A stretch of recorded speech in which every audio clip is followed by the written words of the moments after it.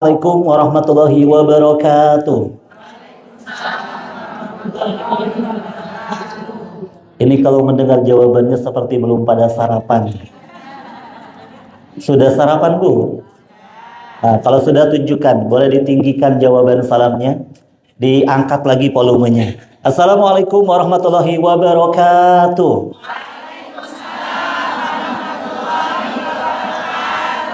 Saya doakan yang menjawab salam saya nanti kalau wafat dalam kondisi husnul khatimah. Yang menjawab salam saya doakan kalau wafat berkumpul dengan keluarganya di surga. Yang menjawab salam kalau sedang punya hutang, hutangnya segera lunas. Ini yang amin biasanya yang punya hutang. Apalagi kencang aminnya ya. Alhamdulillah alladzi anjala sakinata fi qulubil mu'minin liyazdadu imanan ma imanihim. Asyhadu an la ilaha illallah wahdahu la syarikalah wa asyhadu anna Muhammadan abduhu wa rasuluh ad-da'i ila siratil mustaqim. Allahumma shalli ala sayyidina wa habibina wa maulana Muhammadin wa ala alihi wa sahbihi wa man tabi'ahum bi ihsanin ila yaumidin. Amma ba'du, puji dan syukur mari sama-sama kita panjatkan kepada Allah Subhanahu wa taala. Allahul ladzi khalaqana. Allah lah yang telah menciptakan kita. Allahus Somad. Allah lah yang menjadi sandaran utama dalam kehidupan kita. Barang siapa yang menjadikan Allah sebagai sandaran utama dalam kehidupannya, orang itu tidak akan banyak kecewa dalam kehidupan. Tapi siapa yang menjadikan suami, siapa yang menjadikan anak, siapa yang menjadikan makhluk, siapa yang menjadikan manusia sebagai sandaran utama dalam kehidupannya, orang itu yang pasti akan banyak kecewa dalam kehidupan. Karena tidak ada satupun yang kita kerjakan kecuali ketika disandarkan kepada Allah, itu yang akan membuat kita kuat.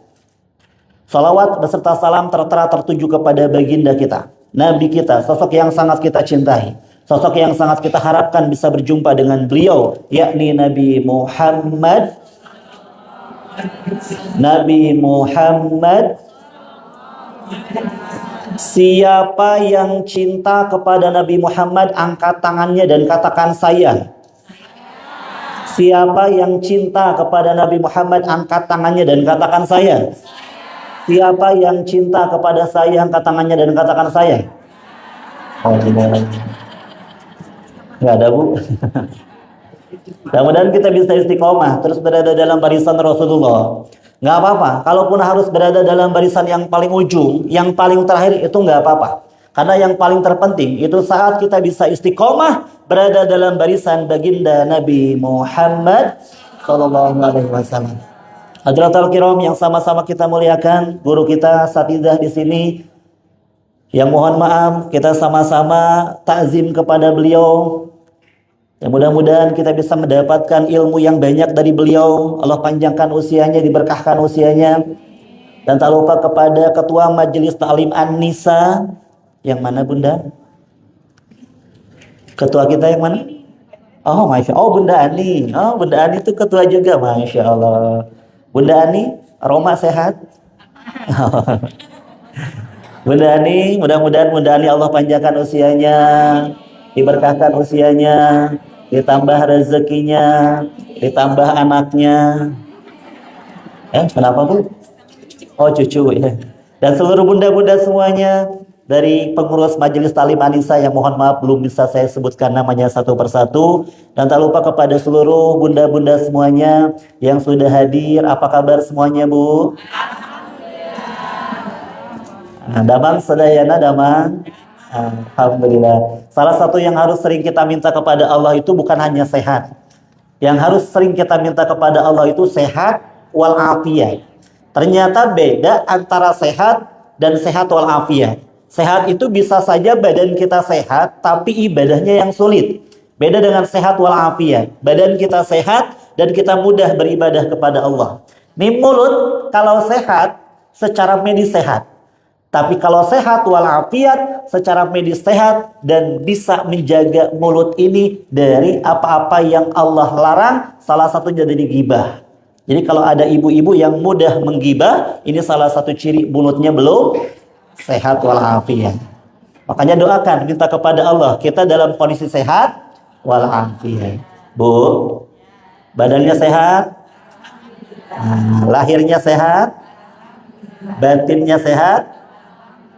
Dompetnya sehat? Ada yang sedang kritis di sini? Mudah-mudahan sehat semuanya, dalam kondisi sehat walafiat. Alhamdulillah, Bunda semuanya, kita sama-sama berbicara tentang cara cerdas mendidik anak tanpa marah. Dan di sini saya bukan hanya ingin memberikan satu kajian, tapi saya ingin memberikan sesuatu yang membuat Bunda pulang dari sini termasuk orang yang mampu mengendalikan nafsu amarahnya.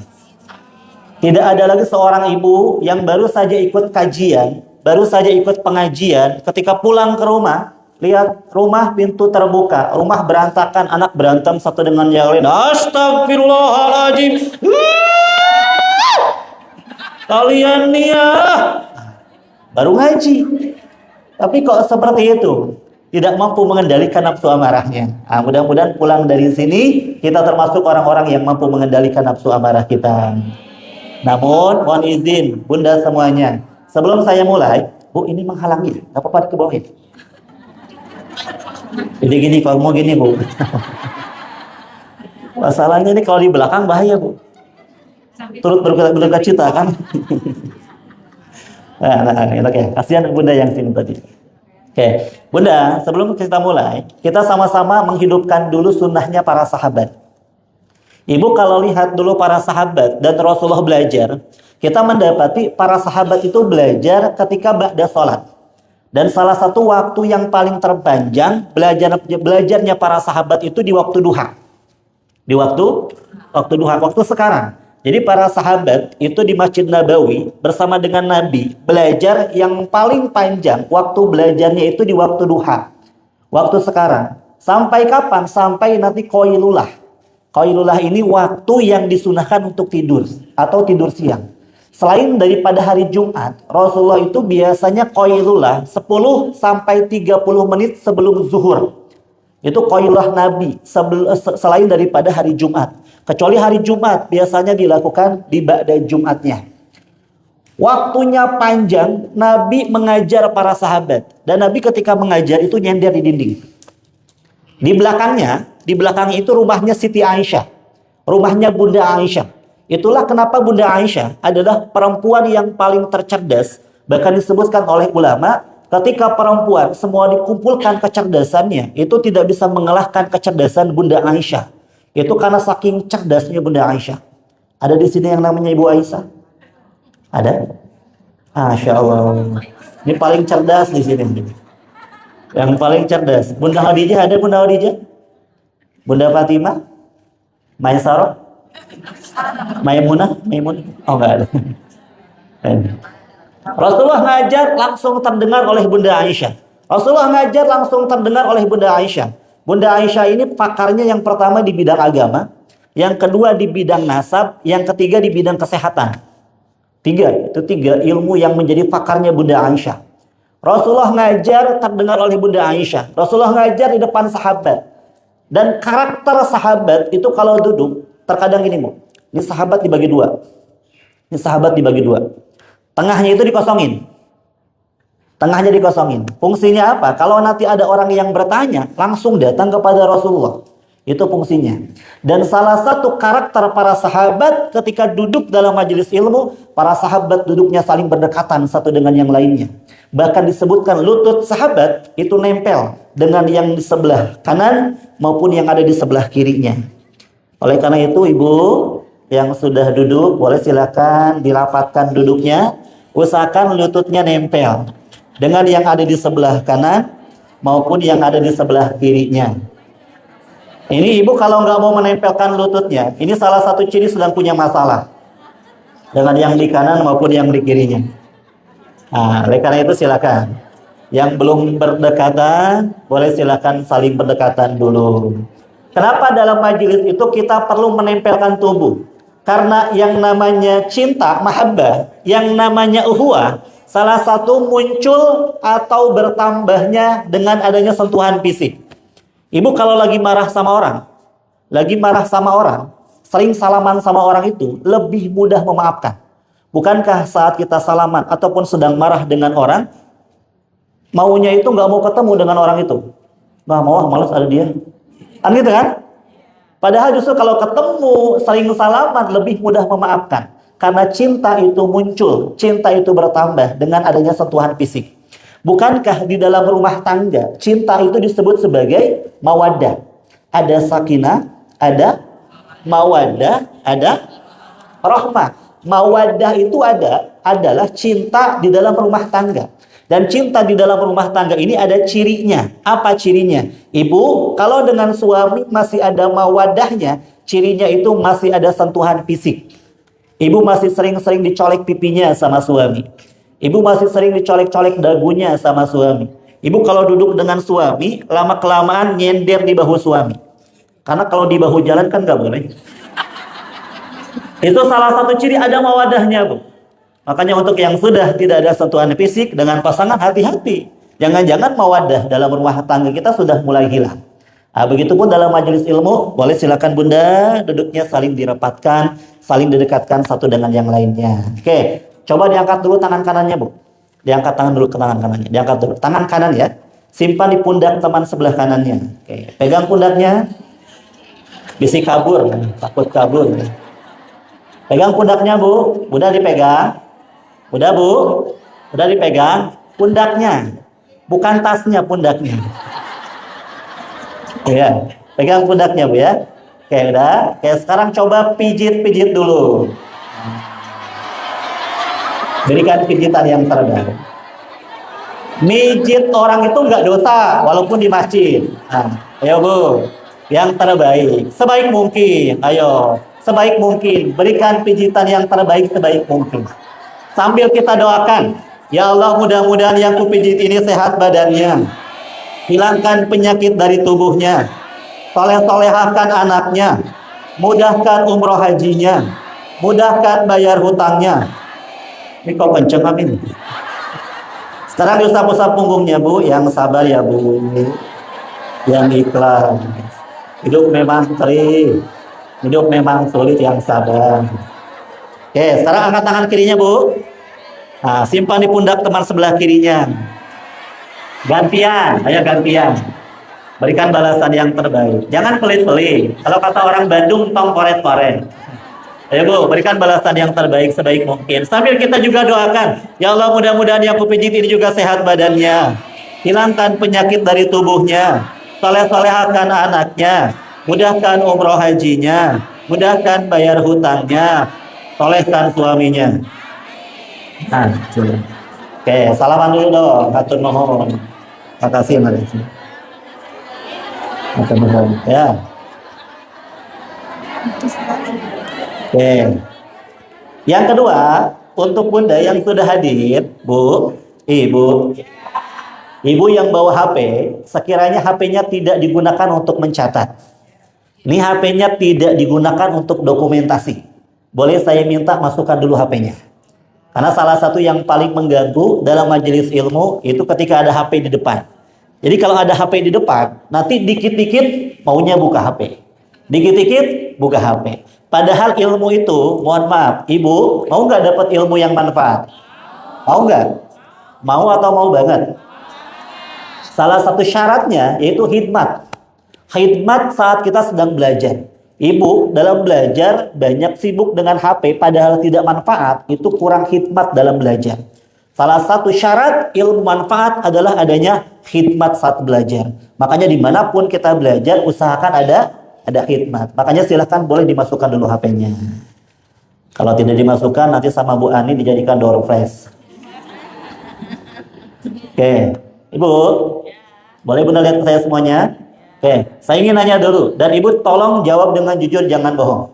Ya, jangan bohong. Ini akan bermanfaat kalau Ibu jujur, tapi kalau Ibu bohong akan sulit untuk disembuhkan. Bunda, di antara Bunda di sini yang hadir, jujur, di antara Bunda di sini siapa yang merasa pemarah? Jangan bohong ya. Jangan bohong. Yang merasa. Yang merasa.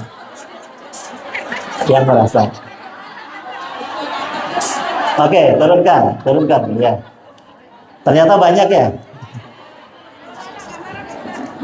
Yang merasa marah yang merasa pemarah dan barusan gak angkat tangan, itu saya tahu.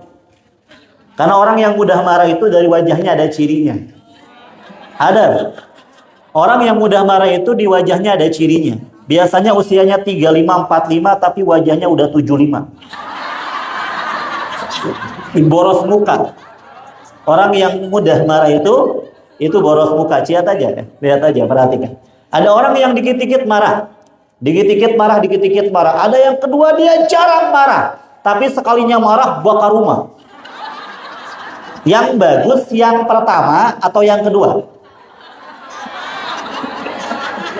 Yang pertama atau yang kedua? Dua-duanya nggak bagus. Karena faida ghadiba ahadukum. Rasulullah itu ngajarin ke kita, Bu.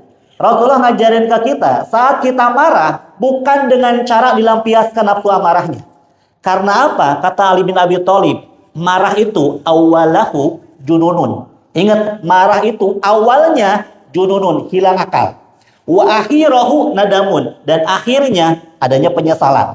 Orang yang ikut dengan nafsu amarah awalnya hilang akal. Yang ingin melampiaskan nafsu amarahnya. Marah kepada suami, papa sini, aku tampar papa dengan bismillah. Inginnya melampiaskan kan? Inginnya ngejar orang kan? Inginnya mukul orang kan? Tapi jangan lupa akhirahu nadamun. Akhirnya adanya penyesalan. Ibu ketika pagi pukul anak, ketika malam lihat wajah anak sambil nangis, ya Allah, kok tega saya mukul dia. Besok pek lagi. Malam dia. Kok kenapa terus seperti itu? Karena awalnya hilang akal, akhirnya adanya penyesalan. Jangan langsung dilampiaskan ketika punya marah. Yang kedua, jangan juga dipendam. Karena memendam nafsu amarah itu berbahaya. Memendam nafsu amarah bisa menjadikan kita banjir emosi. Ada seorang ibu yang dia memendam marah kepada anak dan suaminya. Satu hari tidak kuat kembali. Akhirnya apa yang terjadi? Suaminya dibakar. Kejadian gak sebelumnya? Kejadian. Itu karena apa? Karena namanya banjir emosi. Marah itu jangan dipendam. Marah itu jangan dilampiaskan. Mohon maaf, kalau dianalogikan, itu sama seperti buang angin. Ibu kalau mau buang angin, dikeluarkan di sini. Untuk teman-teman kira-kira sehat gak? Untuk lingkungan sehat gak? Tapi untuk tubuhnya sehat gak? Sehat. Sekarang mau buang angin tapi ditahan. Untuk lingkungan sehat gak? Untuk tubuhnya sehat gak? Enggak kan?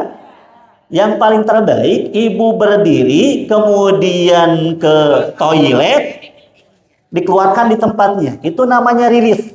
Mengendalikan nafsu amarahnya, mengeluarkan nafsu amarahnya. Makanya Rasulullah ngajarin ke kita, faida ghadiba ahadukum. Ibu, kalau sedang marah kepada anak, yang pertama kali keluar bukan omelan. Yang pertama kali keluar bukan makian. Yang pertama kali keluar dari lisan kita adalah mengucapkan ta'uz. Ada seseorang, dia sedang marah. Rasulullah mengatakan kalau orang ini dia mengucapkan a'udzubillahi minasyaitonirrajim, maka dia pasti akan mampu mengendalikan nafsu amarahnya. Jadi yang pertama kali apa, Bu? Ta'uz. Coba ta'uz semuanya.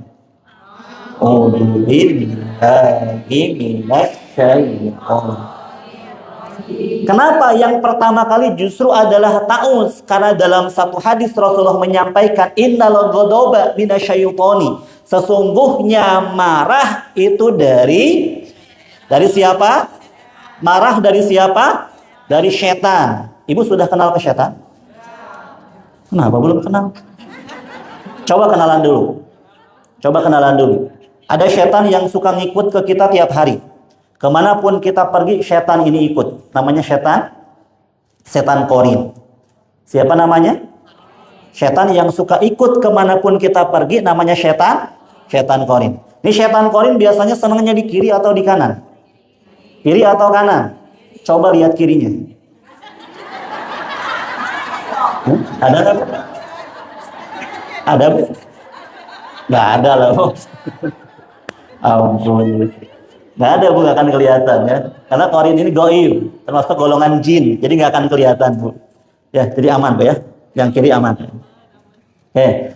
Ada setan. Nanti banyak lagi setan-setan yang lainnya. Ada juga setan di dalam rumah tangga ada, Bu. Dalam rumah tangga ada setan. Siapa namanya? Siapa? Allah. Namanya ada, Bu. Ini setan, dia khusus menggoda di dalam rumah tangga. Siapa namanya? Dasim. Namanya setan? Setan Dasim. Kalau perempuannya? Nggak ada. Nggak ada Dasimah. Jangan ngarang. Walaupun setan ada yang perempuannya. Ada. Setan itu ada yang perempuannya. Kita masuk WC, yang melangkahkan kaki yang mana? Kaki kiri. Doanya, Allahumma barik lana. Allahumma. Itu makan. Allahumma inni a'udzubika minal khubusi. Itu minta perlindungan kepada Allah. Minal khubusi dari setan laki-laki.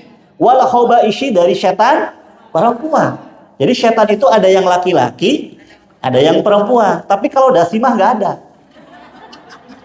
Dasimah nggak ada. Itu hanya dalam bahasa Arab. Dalam bahasa Arab itu ada, Bu, namanya tak marbutoh. Ini tak yang bulat nih. Tak bulat gini, itu tak marbutoh. Yang menunjukkan bahwa itu mu'annas, itu perempuan. Contoh misalnya, laki-lakinya dasim, perempuannya dasimah. Laki-lakinya so'im, perempuannya. Makanya nggak ada so'imah laki-laki. Karena menggunakan tak marbutoh. Laki-lakinya anta, perempuannya anti. Tak laki-laki, perempuannya ti. Laki-lakinya kunta, perempuannya kok jadi kunti, Bu? Beda-beda. Oke, ulangi, Bunda. Marah dari siapa? Dari siapa? Dari setan. Makanya saat pertama kali kita marah, kita ucapkan ta'awun. Berapa kali tahunnya? 4 kali. Tahunnya 4 kali. Karena setan itu terkadang datangnya dari depan. Terkadang dari belakang, samping kanan ataupun samping kiri. Makanya biasakan kalau marah tahunnya 4 kali. Marah kepada anak, a'udzubillahi minasyaitonirrajim. Marah kepada suami, a'udzubillahi minasyaitonirrajim. Suami pulang ke rumah. Ketika pulang ke rumah dia marah-marah. Ibu jangan ikut marah. Ibu cukup tinggal tahu saja, a'udzubillahi minasyaitonirrajim. A'udzubillahi minasyaitonirrajim. A'udzubillahi minasyaitonirrajim. Allahu la ilaha illallah. Diruqyah, Bu, ya. Itu dibiasakan, ya. Jadi yang pertama kali ucapkan ta'awuz. Oke, ta'awuz. Oke, yang kedua, ibu kalau sedang marah, faiza ghadiba ahadukum. Ketika kita dalam kondisi marah, yang kedua biasakan mengucapkan istighfar. Mengucapkan istighfar. Coba istighfar semuanya. Oke, yang kompak coba. 1, 2, 3. Oke, latihan ya, latihan. Coba, ibu marah ke anak. Coba, 1, 2, 3. Astagfirullah. Oke, marah kepada suami. Oke, marah kepada tetangga.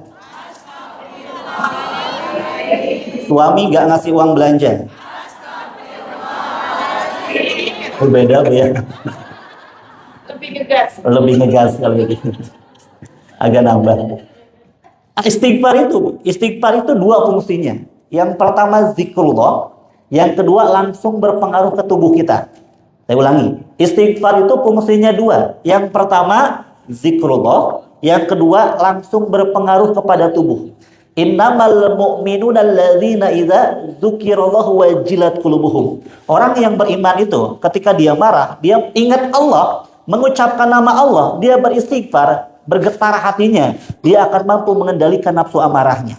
Yang kedua, istighfar itu ada salah satu huruf yang kita bacakan, namanya huruf ghin, namanya huruf ghain, namanya huruf gha, yang saat kita bacakan itu menyebabkan banyaknya nafas yang keluar dari mulut.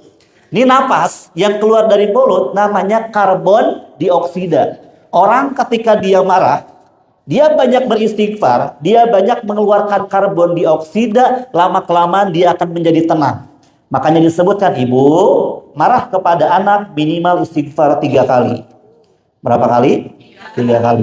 Ibu marah kepada suami minimal istighfar 9 kali.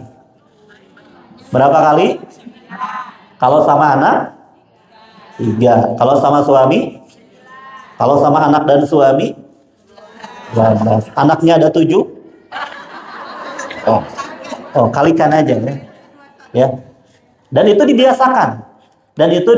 Dibiasakan. Kalau sedang marah istighfar. Ada yang bilang, saya juga kalau sedang marah istighfar, tapi kok kenapa ya? Istighfar yang marah-marah.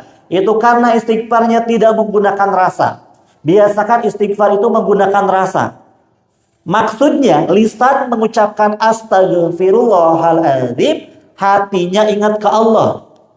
Lisan mengucapkan astagfirullahaladzim, hatinya ingat ke Allah. Dibiasakan. Coba semuanya bareng. Astagfirullah. Dilatih seperti itu. Ibu jangan dibiasakan ibu marah kepada anak, ibu beristighfar, tapi istighfarnya seperti ini. Astagfirullahaladzim. Itu jangan dibiasakan. Bu ya, jangan dibiasakan. Memang ibu ketika sedang marah menyebutkan nama Allah, memang. Tapi seperti ini, ya Allah.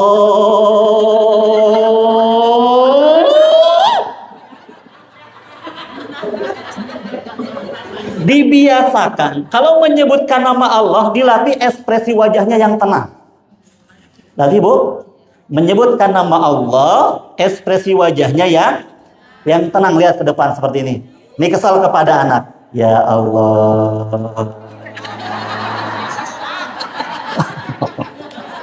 Sama aja ya. Oke. Itu Bu ya. Jadi biasakan kalau sedang marah ucapkan istighfar. Ibu. Bu. Kalau kita menyebutkan nama Allah, hati kita bergetar atau tidak? Ada rasa yang dirasakan atau tidak? Kalau itu yang dirasakan, beruntung. Itu ciri bahwa kedekatan kita dengan Allah baik.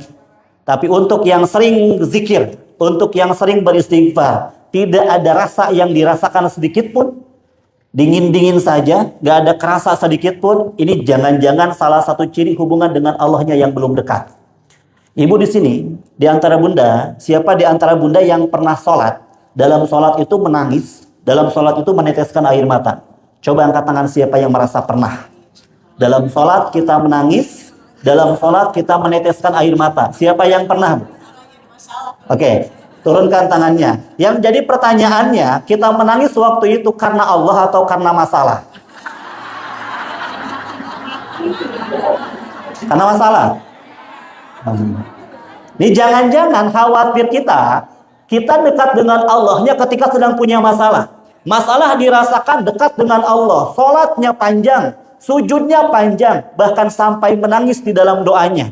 Tapi ketika masalah hilang, sujud panjangnya hilang, berdoa sampai menangisnya pun hilang. Loh kok seperti itu? Padahal ciri orang yang dekat dengan Allah, kedekatan dengan Allahnya baik, adalah dia punya keistiqomahan dekat dengan Allah. Orang yang dekat dengan Allah, dia akan memegang nasihat yang pernah disampaikan oleh Rasulullah kepada kita. Nasihat apa itu? Coba ibu ikuti. Ta'arraf. Coba semuanya. Ta'arraf ilallahi fi roho ya'ribka fi syiddah. Ulangi. Ta'arraf ilallahi fi roho ya'ribka fi syiddah. Kenali Allah dalam kondisi lapang, maka Allah akan mengenalimu saat dalam kondisi sempit. Kondisi sedang lapang, uang sedang banyak-banyaknya, jabatan suami sedang bagus-bagusnya, masalah besar tidak sedang dirasakan. Kenal ke Allah. Maka nanti dalam kondisi sempit, ekonomi sulit, masalah lagi banyak, hidup lagi sempit-sempitnya, Allah akan kenal kepada kita. Makanya belajar kenal ke Allah itu istiqomah, fi kulli hal. Dalam segala kondisi kita belajar kenal dengan Allah. Dalam segala kondisi kita belajar dekat dengan Allah. Setuju Bu? Sepakat? Untuk melatih konsentrasi, kalau saya bilang setuju, ibu jawabnya sepakat. Kalau saya bilang sepakat, ibu jawabnya setuju. Setuju? Sepakat? Setuju, setuju, sepakat? Sepakat, sepakat, setuju? Setuju, setuju, sepakat, sepakat? Setuju, sepakat, sepakat, setuju, sepakat, sepakat, setuju, sepakat, sepakat, setuju? Udahlah ya. Kayak itu benar. Ibu ingin tahu kira-kira kedekatan dengan Allahnya sudah baik atau tidak? Lihat di kualitas sholatnya. Orang yang kualitas sholatnya baik, hubungan dengan Allahnya pun baik. Tapi siapa yang kualitas sholatnya berantakan, apalagi berani untuk tidak melaksanakan sholat, itu salah satu ciri hubungan dengan Allahnya berantakan. Ukurnya seperti itu. Bunda jujur, di antara bunda di sini yang hadir, siapa di antara bunda yang sholatnya masih sering seperti ini? Allahu Akbar. Tiba-tiba ingat makanan, ingat cucian, ingat anak, ingat pekerjaan. Jujur, di antara bunda di sini siapa yang sholatnya masih sering seperti itu? Jangan bohong. Angkat tangan yang tinggi. Yang tinggi. Yang tinggi. Istighfar. Allahu Akbar. Perasaan uang 100.000. Tapi tinggal 50.000. Kemana yang 50.000 lagi? Allahu Akbar. Belanja enggak. Ngasih ke anak enggak. Sami Allah liman hamidah. Oh, pakai bayar hutang. Ada yang seperti itu sholatnya? Ada yang seperti itu? Yang mana orangnya? Kata, ini sampai ada orang sholat, ketika dia sholat, dia sampai lupa jumlah rokaat keberapa. Ini rokaat 2, rokaat 3. Ini rokaat 3, rokaat 4. Ini sujudnya sekali atau 2 kali. Ibu kalau lupa jumlah rokaat, biasanya yang diambil yang mana? Ambil jumlah rokaat yang paling sedikit atau yang paling terkecil. Hanya jangan lupa nanti sebelum salam itu laksanakan sujud sahwi. Sujud itu artinya sujud. Kalau sahwi itu artinya lupa. Jadi sahwi itu maknanya adalah lupa. Jadi kalau ibu sedang lupa nama suami, berarti ibu sedang sahwi, karena sedang lupa kan? Bukan sujud, sedang lupa. Oke.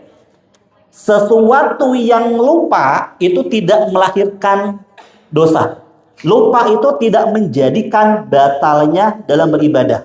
Begitupun di dalam sholat. Di dalam sholat lupa tidak perlu dibatalkan. Cukup ambil jumlah rokaat yang paling sedikit, hanya sebelum salam laksanakan sujud sahwi. Bukankah ibu ketika sedang berpuasa kemudian lupa makan, itu tidak membatalkan kan?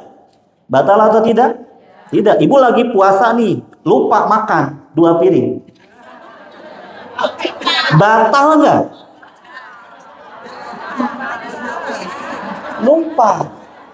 Batal nggak? Enggak, kalau lupa. Hanya keterlaluan saja. Kalau sampai lupanya 2 kali. Dalam sholat seperti itu. Sekali-kali lupa jumlah rokaat itu sangatlah wajar. Tapi kalau sering lupa jumlah rokaatnya itu yang tidak wajar. Dalam sholat itu Bu, ada setan yang mengganggu kita. Dalam rumah tangga, tapi tadi namanya adalah dasim. Kalau di dalam sholat itu beda lagi. Bukan lagi si dasim, bukan lagi si korin. Tapi di dalam sholat namanya adalah honjab. Siapa di dalam sholat? Honjab. Setan siapa? Setan honjab yang menggoda di dalam sholat. Pernah nggak ada yang sholatnya seperti ini?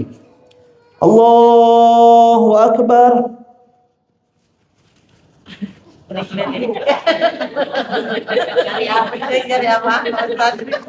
Ada yang itu sholatnya? Ini si honjab menjadikan orang ketika dia sholat pandangannya gak mau diam. Kalau dalam bahasa hadisnya mencuri-curi pandangan.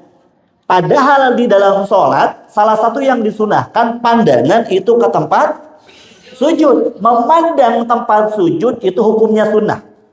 Karena apa? Fa inna jam'an nadhara fi mawdi'in aqrabu ilal khusyuk. Memandang tempat sujud itu lebih mendekatkan kepada kehusyuan. Orang kalau ingin lebih khusyuk dalam sholat, biasakan pandangannya ke tempat sujud. Biasakan aja Bu. Kalau merem gimana di dalam sholat? Sebagian ulama mengatakan memejamkan mata saat sholat itu hukumnya makruh. Sebagian ulama. Karena memejamkan mata saat sholat menjadikan pikiran lebih mudah jalan-jalan. Pandangan lebih mudah. Pikiran kita lebih mudah jalan-jalan bukan ke Allah. Makanya biasakan pandangan ke tempat sujud. Kemana Bu? Tetap tempat sujudnya. Ada? Oh iya. Oke, saya ingin cek dulu. Ini bunda-bunda yang hadir. Kira-kira tingkat kefokusan dalam sholatnya bagus atau enggak? Ini ada salah satu cara untuk ngetesnya. Boleh Ibu lihat saya semuanya Bu? Ibu lihat saya semuanya. Boleh angkat dulu tangan kanannya ke atas Bu. Ini namanya tes kefokusan. Angkat tangan kanannya Bu. Lihat saya, jangan yang lain. Lakukan apa yang saya katakan ya. Coba Bunda putar-putar tangannya Bu. Putar-putar tangannya. Lihat saya, jangan ke yang lain. Oke, putar-putar tangannya. Sekarang coba makin cepat putarannya.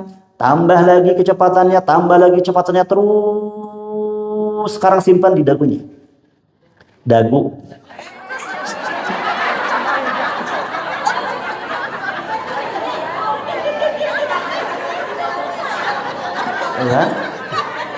Bulan. Jam berapa kita sih? 10:30. Dagunya banyak yang pindah ke atas.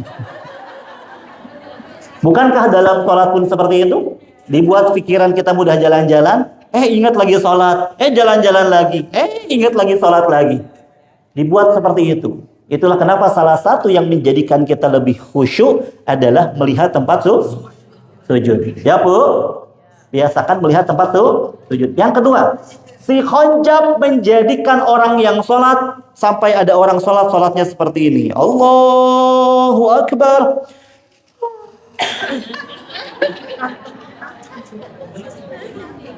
Apa namanya? Menguap. Kalau orang Bandung bilangnya hei. Kalau orang Jawa bilangnya angop. Hati-hati, orang ketika dia sholat menguap, apalagi menguapnya tidak ditutup. Yang kedua, apalagi menguapnya sampai menggunakan suara. Ada suaranya. Ada suaranya. Itu si khonjab langsung mentertawakan orang itu. Jadi langsung ditertawain Bu sama si khonjab. Langsung ditertawain. Suara siapa itu? Suara saya. Mikir panjang deh. Oke. Makanya kalau ingin tidak membuat si khonjab senang, biasakan jangan menguap di dalam sholat. Tapi juga nanti jangan si khonjabnya dibercandain. Allahu Akbar. Gak jadi. Oh, batal sholatnya kalau seperti itu, lebih repot ya. Kalaupun ngantuk, capek, lelah, biasanya orang menguap itu refleks. Ya, biasanya orang menguap itu refleks. Silahkan Ibu menguap di dalam sholat, tapi ingat ada adabnya. Yang pertama, biasakan ditutup. Dan tutupnya menggunakan punggung tangan. Karena apa? Nafas yang keluar dari mulut namanya karbon dioksida. Itulah kenapa air kalau panas, sunahnya digimanain? Dibiarin sampai dingin atau dikipas. Jadi kalau panas itu dikipas. Ibu melihat ada tetangga beli Fortuner yang baru, Ibu panas. Jangan ditiup, tapi dikipas. Ya. Biasakan tutup dengan punggung tangan. Yang kedua, jangan dibiasakan setiap sholat dan menguap, menggabungkan antara menguap dan membaca bacaan sholat.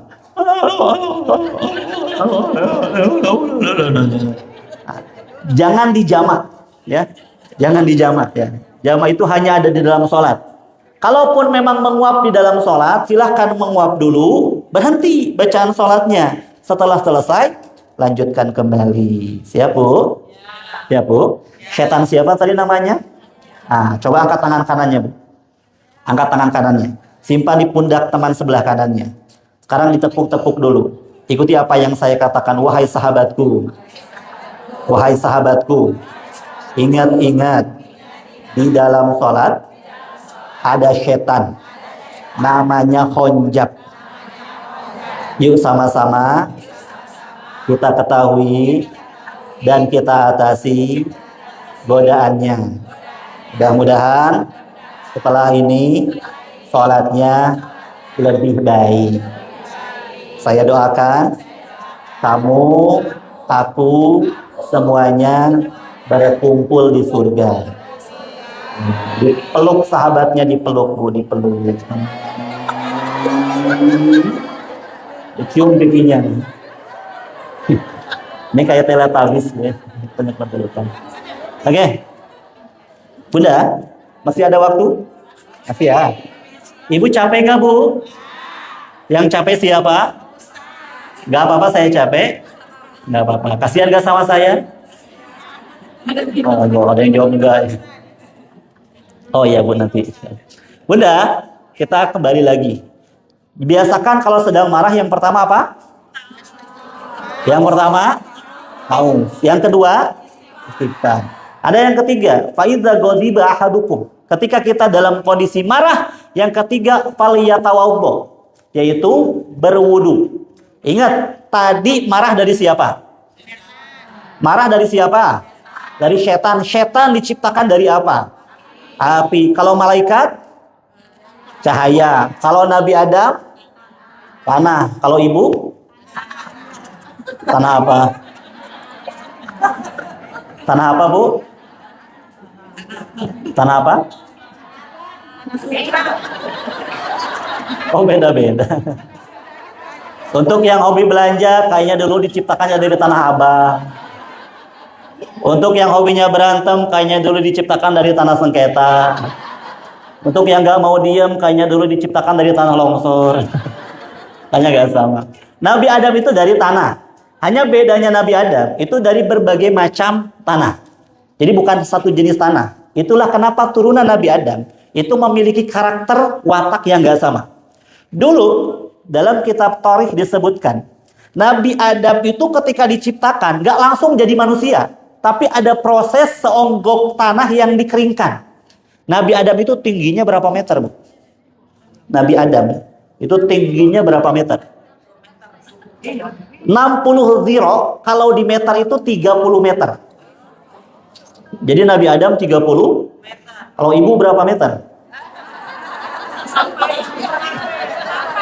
Oh, sekian lah ya. Ini Nabi Adam ketika diciptakan. Waktu Nabi Adam diciptakan, waktu itu iblis datang. Ini Nabi Adam sedang diciptakan, proses penciptaan Nabi Adam, seonggok tanah itu, waktu itu iblis datang. Iblis datang, iblis lihat. Ini Allah mau buat apa? Ini Allah ya? Ini Allah mau buat apa? Ini Allah. Ditelusuri. Dari ujung kepala sampai ujung kaki. Ditelusuri oleh iblis. Sampai iblis masuk ke mulutnya Nabi Adam, ditelusuri bagian dalam, sampai keluar lewat lubang anus. Dan kemudian iblis mengatakan, ini makhluk yang akan Allah ciptakan, ini makhluk lemah. Nabi Adam belum ada, manusia belum ada, tapi iblis dia sudah tahu apa yang menjadi kelemahan manusia. Apa kesimpulan dari iblis kelemahan manusia? Kata iblis, kelemahan manusia adalah layatamalak. Apa Bu? Tidak punya kekokohan dalam mengendalikan hawa nafsu dan mengendalikan nafsu amarah. Makanya hawa nafsu dan nafsu amarah dua hal yang selalu digunakan oleh iblis untuk menggelincirkan manusia. Hawa nafsu dan juga nafsu amarah. Ma makna hawa nafsu? Apa itu hawa nafsu? Saya berikan contoh, Bunda. Ibu apa ini, Bu? Gelas. Apa ini? Gelas. Ini apa? Bayangkan ini jasad. Ini apa? Ini apa, Bu? Ini apa? Ini apa? Ini apa? Yang ngomong gelas saya timpukin gelas. Ini jasad. Apa ini, Bu? Jasad. Oke, ini ruh. Ini apa? Ruh dimasukkan ke jasad. Ketika ruh dimasukkan ke jasad, ini namanya menjadi jiwa. Namanya menjadi jiwa itu bahasa Arabnya adalah nafs. Makanya dalam Al-Quran, kullu nafsi dha'iqatul, yang meninggal adalah jiwa. Setiap yang berjiwa, setiap jiwa pasti akan menghadapi yang namanya kematian.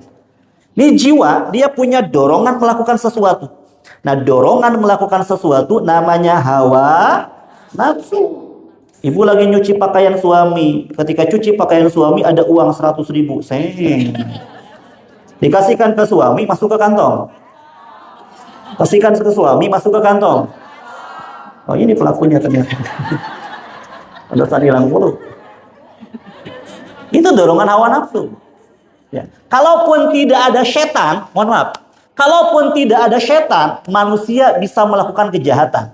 Karena apa? Punya potensi hawa nafsu. Setan itu mendorong sehingga membuat kita senang untuk mengikuti hawa nafsu itu.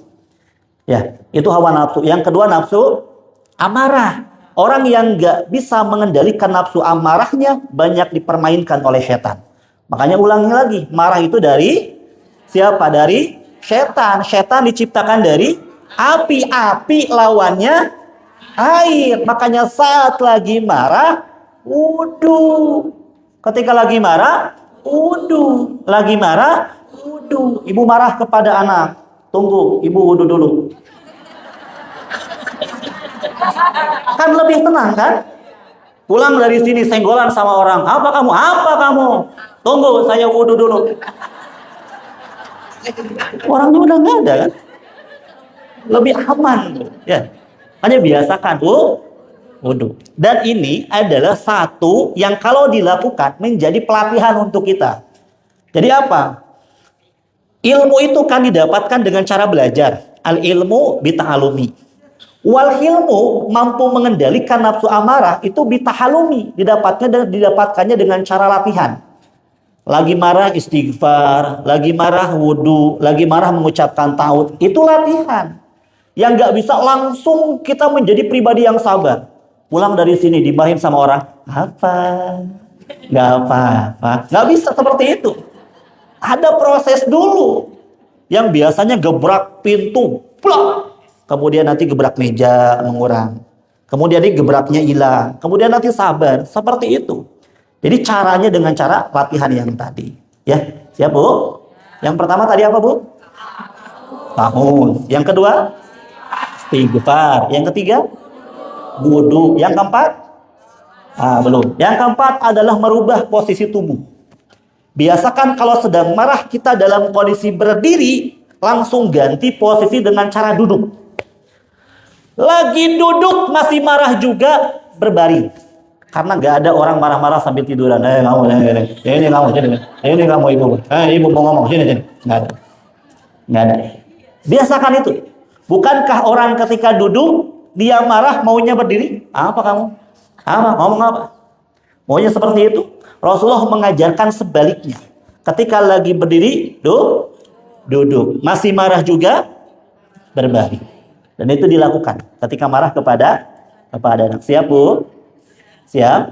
Okay. Siapa yang mulai hari ini, yang mulai detik ini yang tidak akan marah lagi? Cung.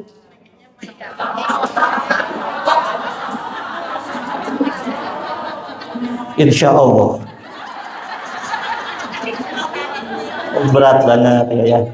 Oke. Bunda, orang bertakwa itu dia punya ciri mampu mengendalikan nafsu amarahnya. Dari mana didapatkan? Dari surat Al-Imran ayat 34. Ibu silakan cek nanti di rumah. Surat Al-Imran ayat 134. Orang bertakwa itu punya 3 cirinya. Kalau ibu termasuk orang yang bertakwa, ibu punya 3 ciri ini. Apa 3 cirinya? Yang pertama, alladzina yunfikuna fis-sarra'i wad-dharra. Orang yang bertakwa itu dia mampu menginfakkan hartanya dalam kondisi ketika lapang maupun dalam kondisi ketika sempit. Orang sedang punya uang, dia bersedekah, dia berinfak, itu wajar. Tapi orang ini, dia uangnya sedang sedikit, sedang perlu dengan uang itu, dia masih mampu untuk berinfak di jalan Allah. Yang kedua, orang yang bertakwa ini punya ciri wal kadhiminal ghaidha. Dia mampu untuk mengendalikan nafsu amarahnya. Seorang ibu yang bertakwa, dia mampu mengendalikan nafsu amarahnya. Yang ketiga, orang yang bertakwa ini punya ciri wal afina 'anin nas. Dia mampu untuk memaafkan kesalahan orang lain. Sebesar apapun kesalahan orang, dia mampu untuk memaafkan kesalahan itu. Walaupun memaafkan dan minta maaf itu lebih berat memaafkan. Lebih berat memaafkan. Lebih berat, lebih sulit. Dia tahu memang sulit, tapi dia berusaha untuk memaafkan orang itu.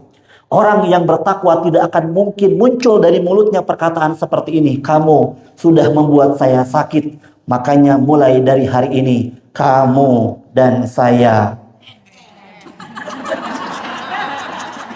Tidak akan. Orang bertakwa tidak akan memutuskan silaturahim. Dia mampu untuk memaafkan kesalahan orang lain.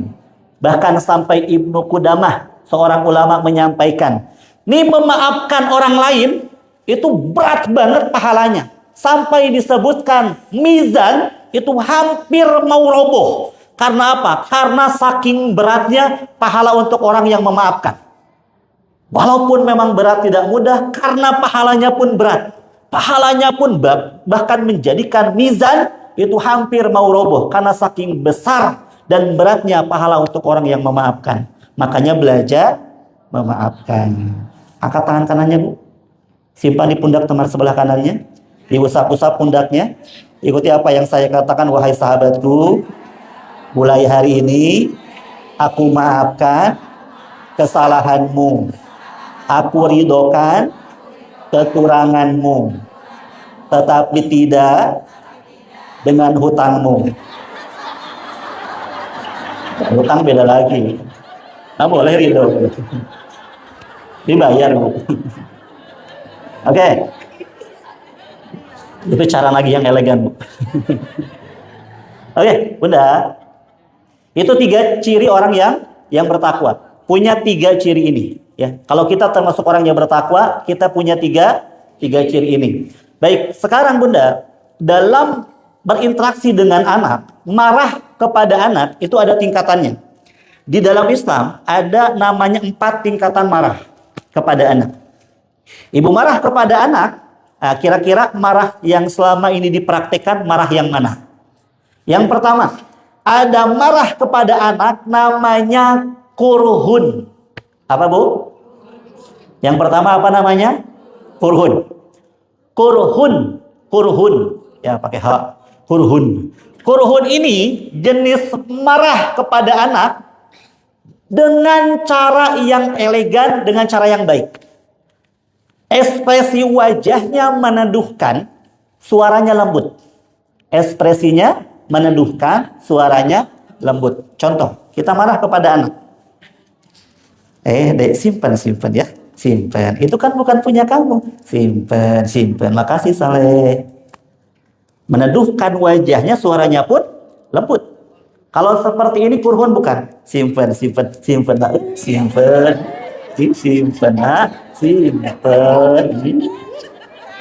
Kurhun bukan? Bukan.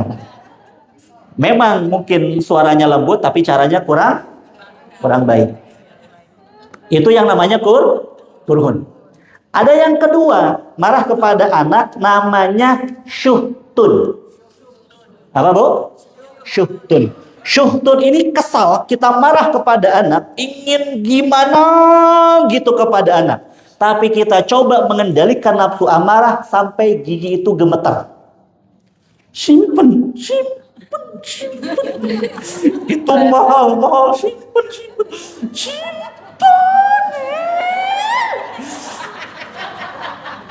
Ingin gimana gitu ke anak. Sampai kita ngudumel. Sampai banyak ngomong sendiri. Ingin gimana gitu kepada anak, ya. Tapi kita mencoba mengendalikan. Itu namanya syuhtun. Ada seorang anak yang dia tahu ibunya sulit ngasih uang, tapi mudah ngasih uang kalau mintanya di hadapan tamu. Jadi kalau ada tamu dia lari. Bu, minta uang, Bu. Bu, minta uang. Anaknya tahu dia. Kalau ibunya ngasih pasti malu dengan tamu. Akhirnya ibunya ngasih. Tapi ngasihnya dengan syuhtun. Mau uang kamu? Tunggu, ibu ambil dulu. Ini uangnya, jangan lupa nanti kasih bolehnya, kasih lagi ibu ya. Ingin gimana gitu ke anak. Tapi kita mencoba untuk mengendalikan. Itu namanya syuhtun. Sama juga mungkin ibu meninggikan suara di hadapan anak. Nah, diam. Oh, kaget, Bu. Kita meninggikan. Nah, masuk. Nak, belajar. Nak, sholat. Kita meninggikan suara. Atau kita menunjukkan ekspresi wajah yang garang itu ada anak nangis. Mohon maaf ibu. Bukan disengaja, ya astagfirullah. Ya Allah. Baru juga pertama kesini udah nangisin anak orang, astagfirullah. Mohon maaf, afwan ya, mohon maaf lahir batin. Oh, kita pelankan suaranya. Nak, diam. Nak, masuk. Gak enak bu. Ya, kita ninggikan suara ke anak atau menunjukkan ekspresi yang garang. Nak, lihat wajah ibu. Tatap mata ibu. Suara tinggi, wajah garang itu boleh, dengan catatan hatinya tetap tenang. Itu boleh. Jadi tegas kepada anak itu harus. Tegas kepada anak itu wajib harus ada. Tapi yang paling terpenting adalah hatinya tetap tenang. Kurhun, syuhtun itu boleh. Kurhun, syuhtun itu koridornya masuknya ke as-sakinah. As-sakinah itu salah satu maknanya adalah sikin. Sikin itu adalah pisau yang dulu digunakan oleh istri ataupun perempuan-perempuan di zaman Nabi Yusuf. Ini perempuan dibagikan oleh istrinya Al-Aziz Al-Misri pisau dan juga buah-buahan. Nabi Yusuf jalan, karena saking tampannya Nabi Yusuf itu ngiris buah tidak kerasa, ngiris tangan. Tapi nggak kerasa bu. Kenapa? Karena saking gantengnya Nabi Yusuf. Nah, pisau yang digunakan untuk memotong ini, itu namanya sikin. Memotong tapi tidak menyakiti. Marah yang diperbolehkan adalah marah yang tegas tapi tidak merusak. Marah yang memperbaiki dan tidak menyakiti. Itu marahnya.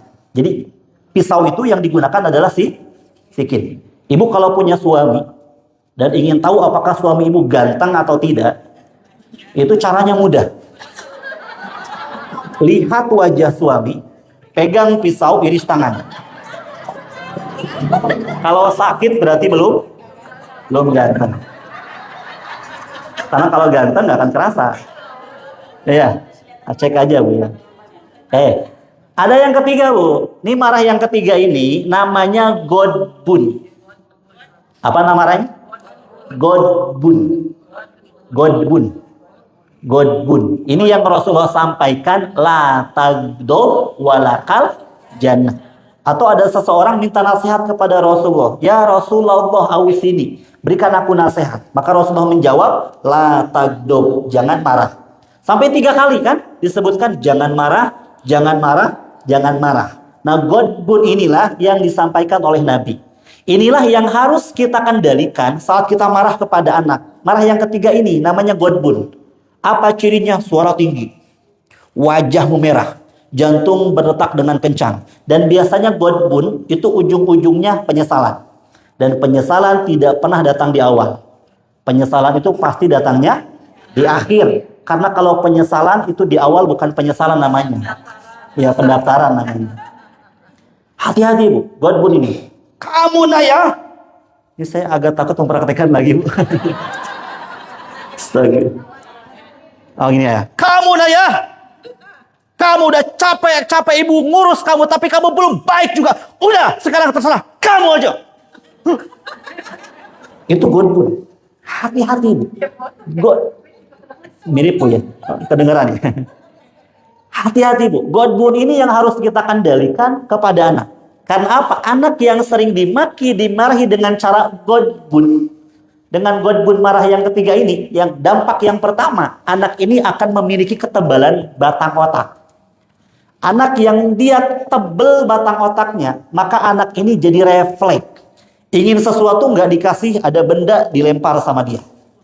Ingin sesuatu nggak dikasih, pintu dibanting sama dia. Akhirnya anak ini mudah banget tantrum. Dikit-dikit guling-guling. Dikit-dikit guling-guling. Ingin sesuatu nggak dikasih, guling-guling. Hati-hati, anak yang reaktif seperti itu, jangan-jangan karena batang otaknya dia sudah tebal. Anak yang sering dibentak, dimaki dengan cara godbun, menyebabkan sel otaknya jadi mati. Anak itu punya 100 miliar sel yang aktif. Ada 900 miliar sel yang pasif. Kita bentak sekali dengan cara Godbun. Bentak sekali dengan cara Godbun. Itu menyebabkan 10.000 sel otaknya mati. Sekali bentakan Godbun itu menyebabkan 10.000 sel otak anak mati. Dan anak yang sel otaknya mati, banyak yang mati menyebabkan short memori jangka pendeknya jadi bermasalah. Dia bawa HP, simpan di dapur. Masuk lagi ke rumah. HP di mana ya? Kok nggak ada HP-nya ya? Kok nggak ada HP-nya ya? Padahal baru saja disimpan di dapur. Loh kok kenapa langsung lupa? Jangan-jangan punya masalah dengan short memorinya. Makanya hati-hati Bu. Anak itu jangan dibentak, jangan dimaki dengan cara Godbun. Ibu, angkat tangan kanannya, simpan di pundak teman sebelah kanannya, ditepuk-tepuk. Wahai sahabatku, mulai hari ini sama-sama kendalikan nafsu amarahnya.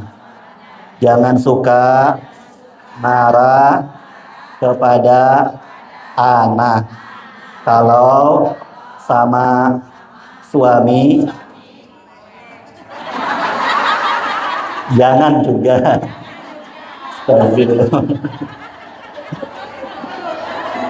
Ibu lancar banget Bu.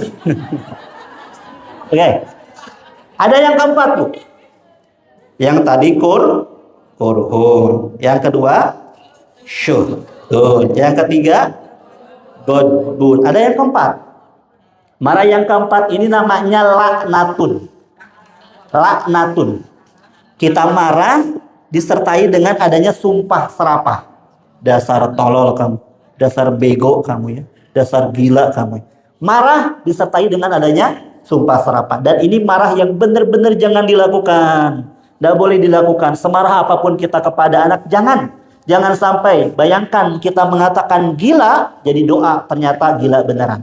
Kita mengatakan tolol, jadi doa ternyata jadi tolol beneran. Seorang perempuan yang cerdas secara emosi, dilihat ketika dia sedang marah, apa yang keluar dari mulutnya. Yang keluar, apa yang keluar dari mulutnya, sedang marah, apa yang keluar dari mulutnya, itu menunjukkan seberapa cerdas dia secara emosi. Belajar kepada Ibunda Imam As-Sudais.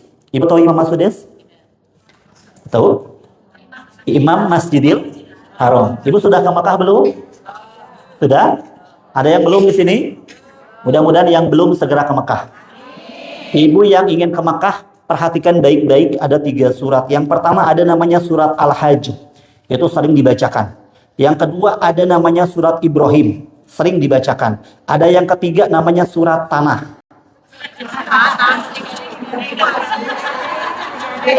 Dijual. Kalau cepat ke Mekahnya kalau itu ya. Ibunda Imam As-Sudais itu cerdas. Beliau sedang nyiapin makanan. Bahkan sudah selesai menyiapkan makanan untuk tamu.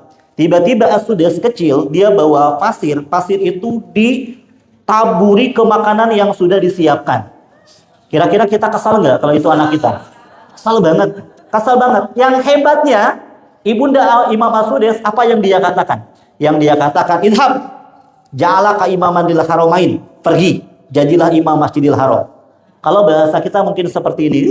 Kamu nak ya, ibu doain kamu jadi imam Masjidil Haram. Kejadian nggak? Kejadian nggak? Kejadian. Kita pun sama, marah kepada anak. Kamu nak ya, ibu doain kamu jadi profesor. Tapi yang nggak botak. Ada ujungnya ya.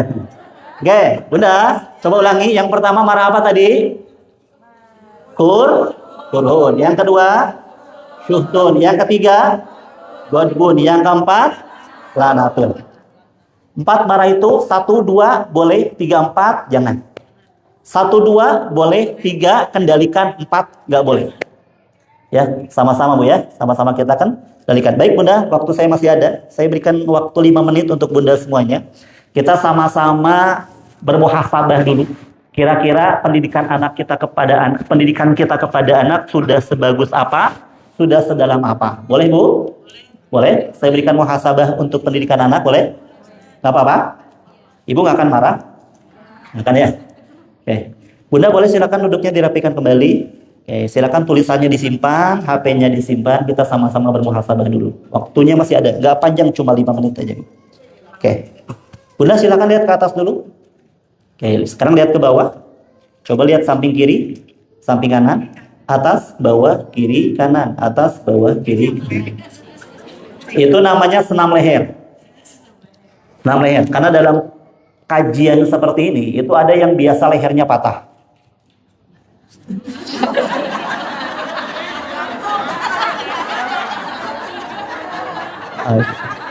Itu lehernya patah, harus dibuat kuat dulu. Oke, Bunda, nanti saya minta Ibu yang hadir silakan fokus, dan nanti saya minta silakan tundukkan pandangannya ke bawah nanti ya. Dan ini muhasabah ini akan bermanfaat kalau Ibu mengikuti apa yang saya sampaikan. Kalau Ibu ada yang bandel-bandel dikit, saya minta silakan tundukkan pandangannya ke bawah. Ada yang gini. Nah, itu nggak akan mendapatkan manfaatnya. Nah, siapa yang mengikuti apa yang saya sampaikan, insya Allah akan mendapatkan manfaatnya. Bunda, boleh silakan tarik nafas dari hidung, dikeluarkan lewat mulut. Nah, dalam hitungan 3, boleh silakan ditundukkan pandangannya ke bawah dan juga ditutup matanya. Silakan 1, 2, 3. Oke, silakan ditundukkan pandangannya ke bawah dan juga ditutup matanya. Silakan tarik nafas dari hidung, dikeluarkan lewat mulut. Rasakan setiap napas yang masuk ke dalam tubuh kita akan membuat tubuh kita semakin tenang, semakin nyaman, jauh lebih tenang, jauh lebih nyaman daripada sebelumnya. Rasakan setiap napas yang masuk ke dalam tubuh kita akan membuat tubuh kita semakin tenang, semakin nyaman, jauh lebih tenang, jauh lebih nyaman daripada sebelumnya. Sekarang coba ingat-ingat kembali masalah-masalah apa yang sedang kita hadapi pada saat ini. Coba ingat-ingat kembali masalah-masalah itu, beban-beban hidup itu. Dan rasakan, hadirkan rasa dari masalah itu. Hadirkan bagaimana pahitnya masalah itu, bagaimana beratnya masalah itu, bagaimana sulitnya masalah itu. Hadirkan masalah itu dan katakan di dalam hati kita, ya Allah, saya ikhlas, saya pasrah, saya ridho. Katakan di dalam hati kita, ya Allah, saya ikhlas, saya pasrah, saya ridho. Saya serahkan ketenangan ini kepada Allah. Sekarang Bunda, tanya hati kita yang paling terdalam, wahai diri, sudah sejauh mana kita kenal kepada Allah? Sudah sejauh mana kita sudah mengenal Allah? Coba tanya hati kita yang paling terdalam. Ingat-ingat kembali kualitas-kualitas sholat yang kita kerjakan selama ini. Apakah kualitas sholat itu sudah baik? Kualitas sujud kita sudah khusyuk? Coba ingat-ingat kembali kualitas sholat itu. Sholat yang sering cepat-cepat itu, sholat yang sering dinanti-nanti itu, apakah kualitas sholat seperti itu yang akan kita bawa nanti saat kita menghadap ke Allah? Coba ingat-ingat kembali. Coba sekarang sebutkan nama Allah di dalam hati kita. Coba panggil nama Allah di dalam hati kita. Kalau memang benar kita cinta kepada Allah, coba sebutkan nama Allah di dalam hati kita. Kalau memang benar kita cinta kepada Allah, coba sebutkan nama Allah di dalam hati kita. Coba sebutkan. Coba panggil nama Allah. Allah. Coba panggil. Coba sebutkan nama Allah di dalam hati kita. Coba panggil nama Allah di dalam hati kita dan rasakan saat kita menyebutkan nama Allah, apakah ada getaran di dalam hati kita. Karena orang-orang beriman adalah orang-orang yang setiap nama Allah disebutkan, wajilat qulubuhum, bergetarlah hatinya. Coba kita cek, apakah hati kita termasuk orang yang beriman itu? Coba sebutkan nama Allah. Coba panggil nama Allah di dalam hati kita. Apakah kita merasakan ada getaran itu?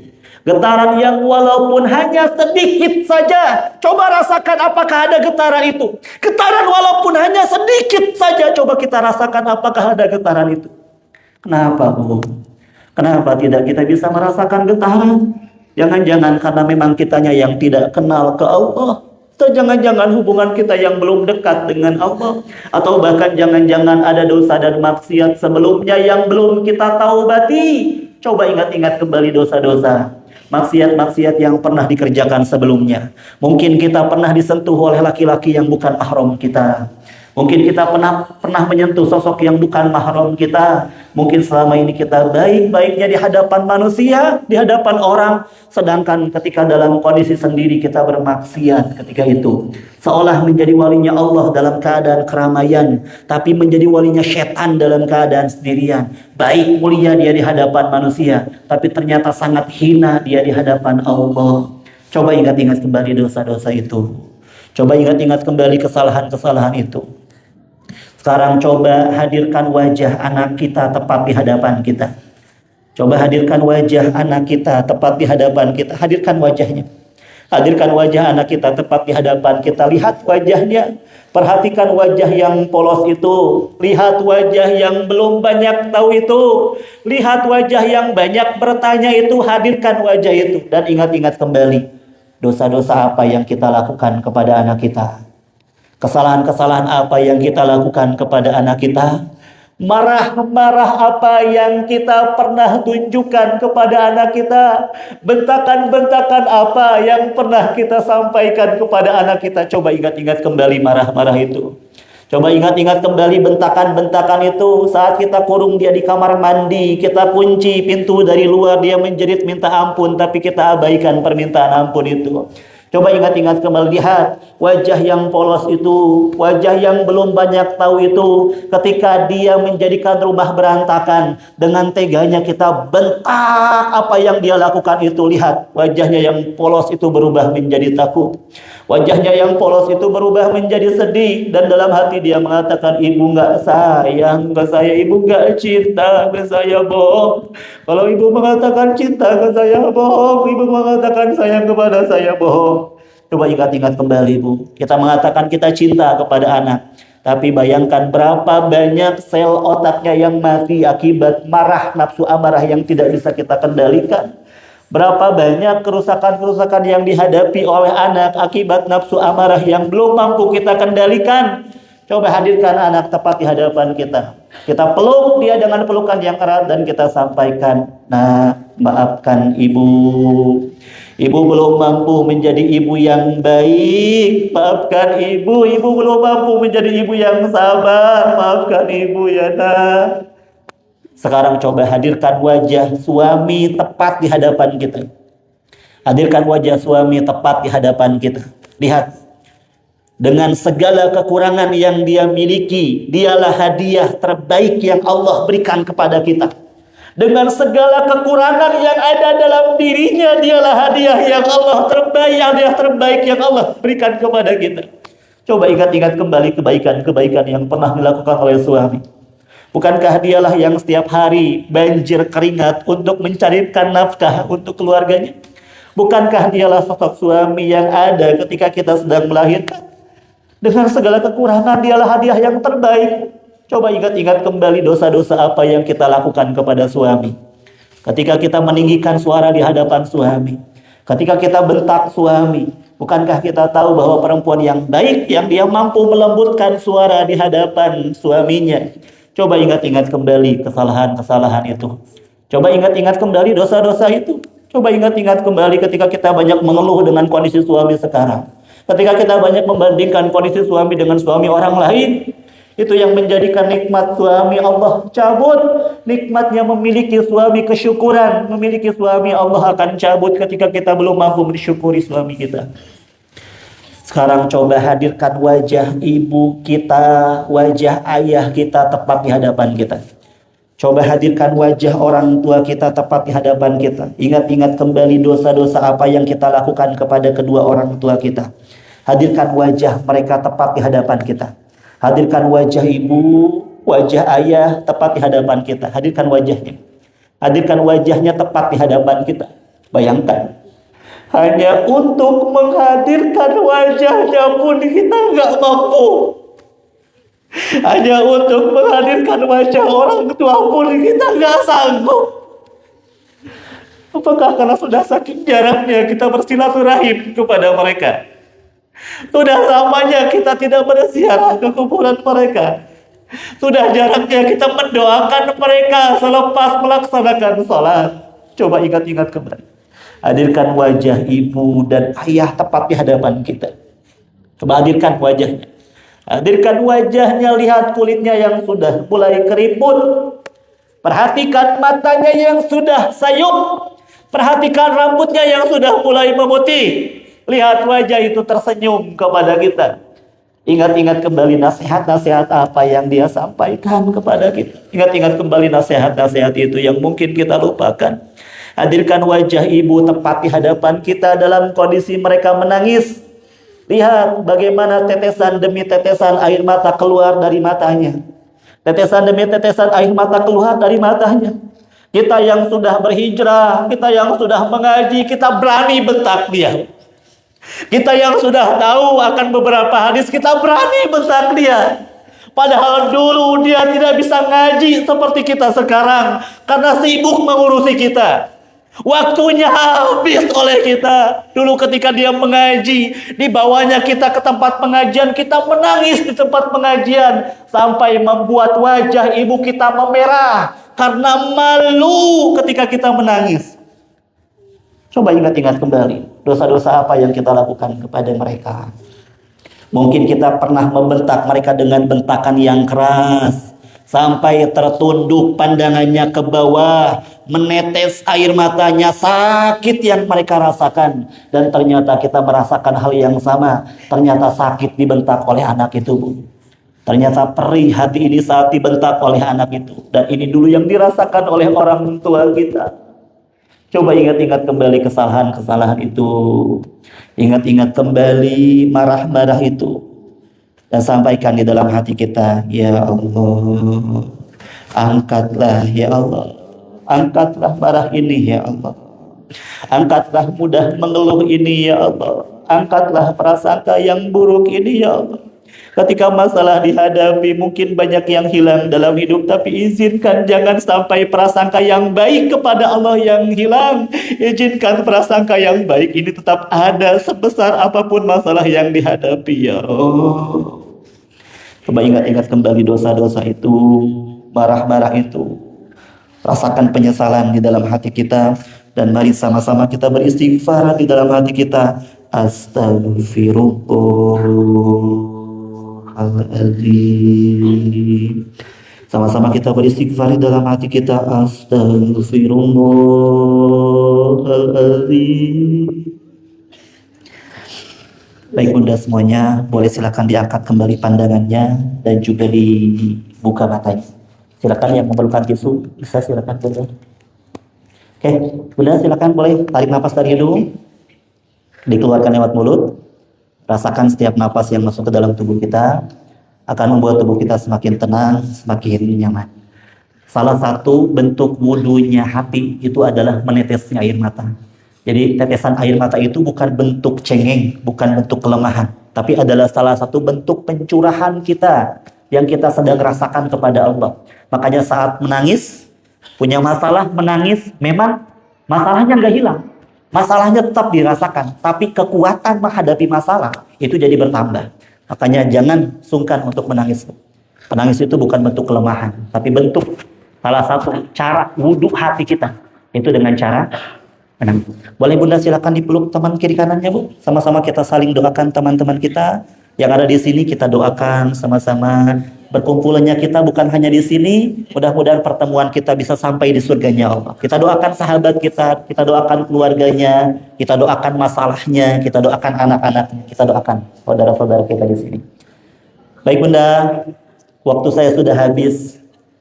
Ini baru setengahnya materinya ya. Tapi waktu saya sudah habis. Mudah-mudahan ada yang bisa diambil, ada yang bermanfaat, yang bisa sama-sama kita amalkan. Terutama bagian yang tadi, di mana kalau kita ingin mampu mengendalikan nafsu amarah, lakukanlah yang tadi. Dan terus menerus itu menjadi salah satu bentuk pelatihan. Langsung saya tutup dengan doa. Bunda, saya mohon izin untuk berdoa, boleh? Karena saya sedang safar dari Bandung. Doa yang mustajab itu adalah doa yang dipimpin oleh orang yang sedang safar. Saya akan kembali langsung ke Bandung karena ada acara di Bandung. Kita doakan apa yang menjadi hajat kita, keinginan kita. Sebelum saya tutup Bunda, ada satu informasi. Ini ada buku judulnya Kajian Nikah. Ini untuk Bunda yang sudah menikah maupun yang mau nikah lagi. Oh enggak ada. Oh sekali aja. Oh Masya Allah hebat berarti ya. Untuk Bunda yang ingin lebih memahami karakter pasangannya, komunikasi yang baik dengan pasangannya, ada silakan di bukunya. Yang kedua ada buku judulnya Terapi HEP ataupun Happy Emotional Freedom Technique. Ini untuk ibu yang ingin mampu mengendalikan emosinya dengan cara terapi ataupun yang merasa punya luka batin ingin disembuhkan dengan cara terapi, ini ada. Nah, untuk Bunda yang mau bukunya bisa didapatkan di bazar di luar sana di depan. Dan ini buku nggak ada di toko buku manapun, hanya ada dalam kegiatan seperti ini. Dan mohon izin Bunda, di atas meja bazar itu ada satu namanya pot sedekah. Warnanya putih, bawahnya hijau. Untuk Bunda yang mau bersedekah, silakan bisa langsung dimasukkan ke sana. Atasnya putih, bawahnya hijau. Untuk apa ini? 100% akan digunakan untuk kegiatan sosial dan dakwah. 100% semuanya. Jadi nggak ada dipotong sedikit pun, semuanya digunakan untuk kegiatan sosial dan dakwah di seluruh Indonesia. Jadi untuk Bunda yang mau bersedekah, silakan bisa langsung dimasukkan ke sana. Tapi saya ingin nanya dulu nih, untuk Bunda yang yakin, setiap sedekah yang dikeluarkan, Allah akan ganti dengan ganti yang terbaik, cung.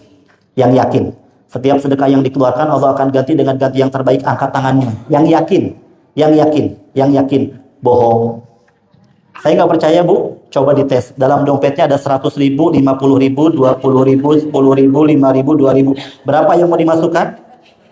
Tuh kan 2.000. Kenceng lah ya, katanya ya. Ibu, yang pertama berikan yang terbaik, karena bisa jadi ini adalah sedekah yang terakhir yang bisa kita lakukan. Ini adalah bentuk di mana Bunda ketika bersedekah dimanfaatkan untuk kegiatan sosial di seluruh Indonesia. Bunda kebagian manfaatnya ketika teman-teman sedang bersedekah di luar sana. Yang kedua, ketika bersedekah itu berikan yang terbaik, karena bisa jadi adalah sedekah yang terakhir. Dan jangan lupa berdoa. Waktu yang mustajab itulah adalah waktu ketika kita sedang bersedekah. Doakan hajat kita, doakan orang tua kita yang masih ada maupun yang sudah wafat. Silakan untuk bagi yang mau. Saya mohon izin untuk memimpin doa. Ya, sama-sama kita berdoa. Allahumma sholli ala sayyidina wa habibina wa maulana Muhammad wa sallim radhiyallahu ta'ala an kulli sahabati Rasulillah ajmain. Amin ya Allah ya rabbal alamin. Alhamdulillahi rabbil alamin hamdan yuafi ni'amahu wa yukafi majidah. Ya rabbana lakal hamdu kama yanbaghi li jalali wajhikal karim wa 'azimi sultanik. Ya Allah ya Rahman ya Rahim.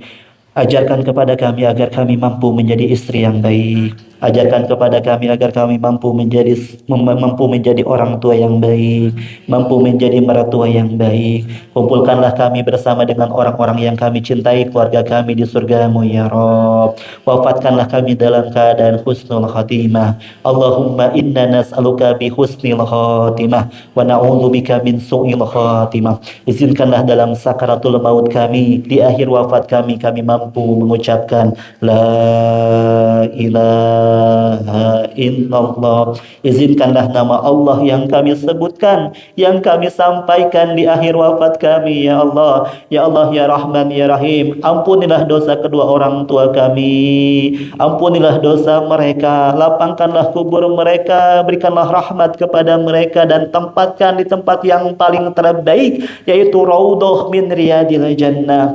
Rabbana yassir lana wa la tu'assir alaina, Rabbana tammim lana min khairi amalana, Rabbana zalamna anfusana wa illam taghfir lana wa tarhamna lanakunanna minal khasirin. Ya Allah ya Rahman ya Rahim, izinkanlah sedekah yang terbaik yang mampu kami berikan ini ya Allah menjadi wasilah semua hajat-hajat kami Allah kabulkan. Semua apa yang kami inginkan yang memang itu terbaik untuk hidup kami, Allah bisa mengabulkan itu ya Rabb. Rabbana atina fid dunya hasanah wa fil akhirati hasanah wa qina adzabannar. Wa sallallahu ala sayyidina Muhammadin wa ala alihi wa sahbihi wa sallam. Subhana rabbika rabbil izzati amma yasifun. Wassalamun alal mursalin. Walhamdulillahi rabbil alamin. Nas'aluka al-ijabah bisiril Fatihah. Bismillahirrahmanirrahim.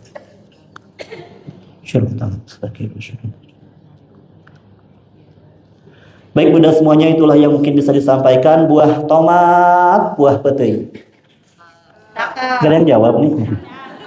Buah tomat, buah petai. Tamat. Boleh nya sama-sama ya. Buah tomat, buah petai. Tamat. Buah durian, buah semangka, buah rambutan, buah pisitan, itulah nama buah-buahan. Hadanallahu wa iyyakum minas siratal mustaqim. Bunda angkat tangan kanannya, Bu. Geleng-gelengkan. Dadah. Wallahu a'lam bishawab. Wassalamualaikum warahmatullahi wabarakatuh.